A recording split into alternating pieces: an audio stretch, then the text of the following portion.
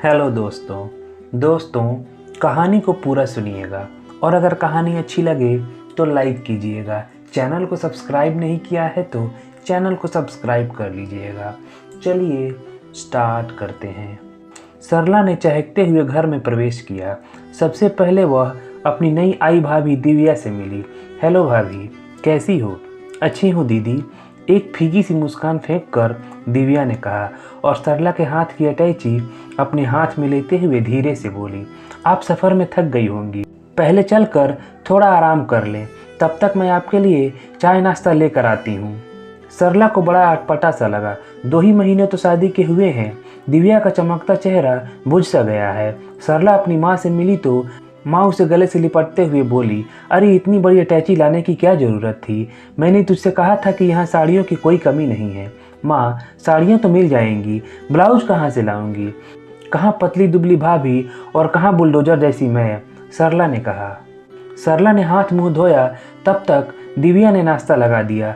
सरला बार बार अनुभव कर रही थी कि दिव्या जो कुछ भी कर रही है महज औपचारिकतावश ही है, उसमें कहीं भी अपनापन नहीं है। तभी सरला को कुछ याद आया। बोली, देखो तो भाभी, तुम्हारे लिए क्या लाई हूँ। सरला ने एक खूबसूरत सा बैग दिव्या को थमा दिया। दिव्या ने उचटती नज़र से उसे देखा और माँ की ओर बढ़ा दिया। क्यों भाभी, तुम्हें पसंद नहीं आया? पसंद तो बहुत है दीदी, पर क्या भाभी, तुम्हारे लिए लाई हूँ, अपने पास रखो। दिव्या असमंजस की स्थिति में उसे लिए खड़ी रही। माँ जी चुपचाप दोनों को देख रही थी। क्या बात है माँ, भाभी इतना संकोच क्यों कर रही है? अरे अब नखरे ही करती रहेगी या उठा कर रखेगी भी? पता नहीं कैसी पढ़ी लिखी है, दूसरे का मन रखना जरा भी नहीं जानती। नखरे तो हर वक्त नाक पर रखे रहते हैं। माँ ने तीखे स्वर में कहा। माँ, भाभी से ऐसे क्यों कह रही हो? नहीं है, आपकी आज्ञा के बिना कुछ लेते संकोच होता होगा। सरला का अपनापन पाकर दिव्या के अंदर कुछ पिघलने लगा। उसकी नम हो आई आंखें सरला से छिपी न रह सकी। सरला सभी के लिए कोई न कोई उपहार लाई थी।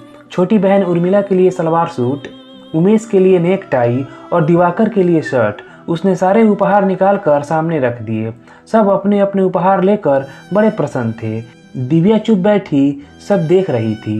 भाभी, आप कश्मीर घूमने गई थी, मेरे लिए क्या लाई? सरला ने टोका। दिव्या एक फीकी सी मुस्कान के साथ जमीन देखने लगी। तभी दिवाकर ने कहा, दीदी, भाभी जो उपहार लाई थी वे तो माँ के पास हैं। दिवाकर, तू बहुत बोलने लगा है, माँ ने झिड़का। इसमें डांटने की क्या बात है माँ, दिवाकर ठीक ही तो कह रहा है। उमेश ने समर्थन किया। अब तू भी बहू का पक्ष लेने लगा। माँ की जुबान में कड़वाहट घुल गई। सरला, तुम ही बताओ कि इसमें पक्ष लेने की बात कहाँ से आ गई? एक छोटी सी बात सीधे शब्दों में कही है। पता नहीं माँ को क्या हो गया है। जब से शादी हुई है जरा भी बोलता हूँ तो कहती है कि मैं दिव्या का पक्ष लेता हूँ। स्थिति विस्फोटक हो इससे पहले ही दिव्या उठकर अपने कमरे में चली गई। आंसू बहे इससे पहले ही उसने आंचल से आंख पोंछ डाली। मन ही मन दिव्या सोचने लगी कि अभी तो गृहस्थ जीवन शुरू हुआ है, अभी से यह हाल है तो आगे क्या होगा। जिस तरह सरला अपने भाई बहनों के लिए उपहार लाई है, उसी तरह दिव्या भी सबके लिए उपहार लाई थी। अपने इकलौते भाई मनीष के लिए टी शर्ट और अपनी मम्मी के लिए शॉल कितने मन से खरीदी थी। पापा का सिगरेट केस कितना खूबसूरत था। चलते समय पापा ने 2000 रुपये चुपचाप पर्स में डाल दिए थे। उनकी लाडली घूमने जो जा रही थी। मम्मी पापा और मनीष उपहार देखकर कितने खुश होंगे, इसकी कल्पना से वह बेहद खुश थी।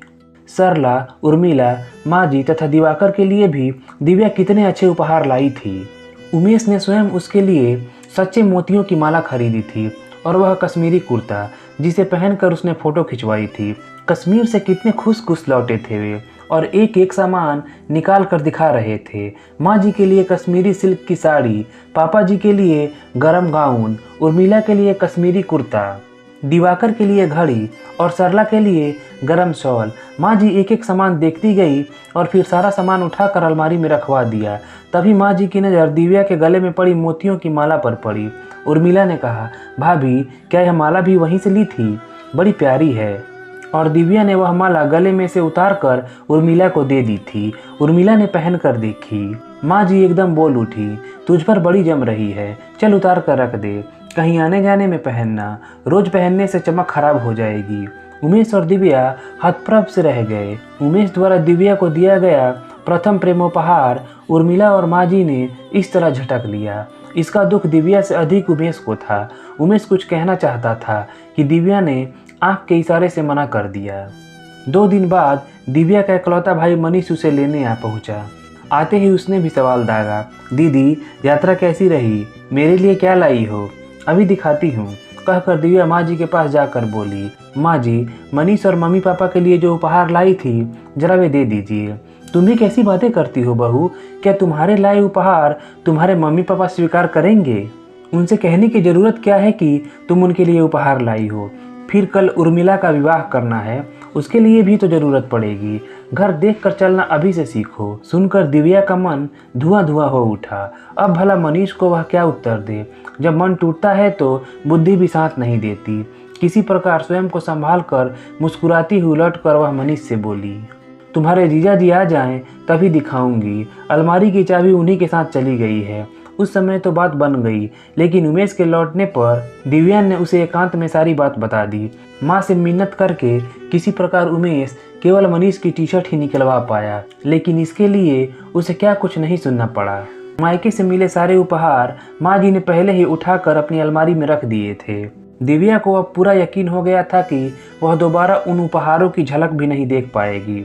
शादी के बाद दिव्या के रिश्तेदारों से जो साड़ियाँ मिली वे सब माँ जी ने उठा कर रख ली, और अब स्वयं कहीं पड़ोस में भी जाती तो दिव्या की ही साड़ी पहन कर जाती। उर्मिला ने अपनी पुरानी घड़ी छोड़कर दिव्या की नई घड़ी बांधनी शुरू कर दी थी। दिव्या का मन बड़ा दुख था, लेकिन वह मौन रहती। कितने मन से उसने सारा सामान खरीदा था। समझता उमेश भी था, पर माँ और बहन से कैसे कुछ कह सकता था। क्या हो रहा है भाभी? सरला की आवाज़ सुन दिव्या वर्तमान में लौट आई। कुछ नहीं, आओ बैठो दीदी। भाभी तुम्हारा कमरा तुम्हारी ही तरह उखड़ा उखड़ा लग रहा है, रौनक नहीं लगती। देखो यहाँ साइड लैंप रखो, इस जगह 2 in 1, और यहाँ पर मोर वाली पेंटिंग। अच्छा बताओ तुम्हारा सामान कहाँ है? कमरा मैं ठीक कर देती हूँ।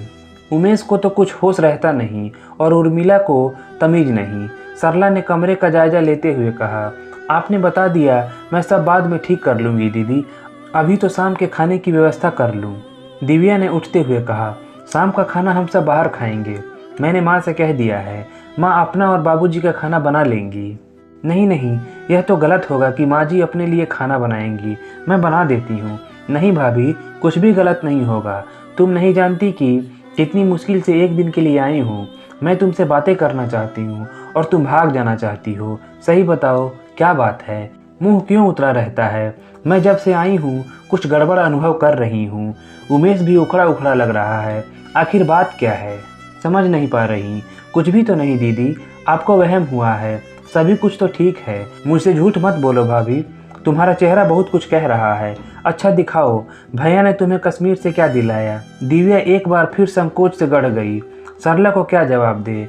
यदि कुछ कहा तो समझेंगी कि मैं उनकी माँ की बुराई कर रही हूँ। दिव्या ने फिर एक बार झूठ बोलने की कोशिश की। दिलाते क्या, बस घूम आए। मैं नहीं मानती, ऐसा कैसे हो सकता है? अच्छा चलो अपनी एल्बम दिखाओ। और फिर दिव्या ने एल्बम सरला को थमा दी। चित्र देखते देखते सरला एकदम चिहुक उठी। देखो भाभी, तुम्हारी चोरी पकड़ी गई। यही माला दिलाई थी ना भैया ने। अब तो दिव्या के लिए झूठ बोलना मुश्किल हो गया। उसने धीरे धीरे मन की गांठें सरला के सामने खोल दी। सरला गंभीरता से सब सुनती रही। फिर दिव्या की पीठ थपथपाती हुई बोली, चिंता मत करो, सब ठीक हो जाएगा। अब तुम बाहर चलने के लिए तैयार हो जाओ, उमेश भी आता ही होगा। दिव्या मन ही मन डर रही थी कि हाय क्या होगा। वह सोचने लगी कि सरला से सब कहकर उसने ठीक किया या गलत। बाहर वह सबके साथ गई जरूर, लेकिन उसका मन जरा भी नहीं लगा। सभी चहक रहे थे, पर दिव्या सबके बीच होकर भी अकेली बनी रही। लौटने के बाद सारी रात अजीब कशमकश में बीती। उमेश भी दिव्या को परेशान देख रहा था। बार बार पूछने पर दिव्या ने सिर दर्द का बहाना बना दिया। दूसरे दिन सुबह नाश्ते के बाद सरला ने कमरे में आकर कहा, भैया आज आपके दफ्तर की छुट्टी है ना, मैटिनी शो देखने चलेंगे, उर्वशी में अच्छी फिल्म लगी है। सब जल्दी जल्दी काम से निपटे। दिव्या भी पिक्चर जाने के लिए तैयार होने लगी। तभी उर्मिला ने आकर कहा, भाभी माँ ने कहा है आप यह माला पहन कर जाएंगी। और माला के साथ ही उर्मिला ने घड़ी भी ड्रेसिंग टेबल पर रख दी। दिव्या को बड़ा आश्चर्य हुआ। उमेश भी कुछ नहीं समझ पा रहा था, आखिर यह चमत्कार कैसे हुआ। सब पिक्चर देखने गए, लेकिन उर्मिला और माँ जी घर पर ही रह गए। दिव्या और उमेश पिक्चर देख कर लौटे तो जैसे उन्हें अपनी ही आंखों पर विश्वास नहीं हो पा रहा था। यह कमरा तो उनका अपना ही था, लेकिन सभी कुछ एकदम बदला बदला सा था। दिव्या ने देखा सरला पीछे खड़ी मुस्कुरा रही है। दिव्या को समझते देर न लगी कि यह सारा चमत्कार सरला दीदी की वजह से हुआ है। उमेश कुछ समझा, कुछ नहीं समझा। शाम की ट्रेन से सरला को जाना था। सब तैयारियां हो चुकी थी। दिव्या सरला के लिए चाय लेकर माँ जी के कमरे में जा रही थी। तभी उसने सुना सरला दीदी कह रही थी, माँ, दिव्या के साथ जो सलूक तुम करोगी वही सलूक वह तुम्हारे साथ करेगी तो तुम्हें बुरा लगेगा। वह अभी नई है, उसे अपना बनाने के लिए उसका कुछ छीनो मत, बल्कि उसे दो। और उर्मिला, तू भी भाभी की कोई चीज़ अपनी अलमारी में नहीं रखेगी। बात बात पर ताना देकर तुम भैया को भी खोना चाहती हो। जितनी गांठें तुमने लगाई हैं एक एक कर खोल दो, याद रहे फिर कोई गांठ न लगे। और दिव्या चाय की ट्रे हाथ में लिए दरवाजे पर खड़ी आंसू बहा रही थी। दीदी आप जैसी ननद सबको मिले। चाय की ट्रे मेज पर रख कर दिव्या ने सरला के पांव छूने को हाथ बढ़ाए तो सरला ने उसे गले से लगा लिया। आशा करता हूँ दोस्तों कि कहानी अच्छी लगी होगी। धन्यवाद।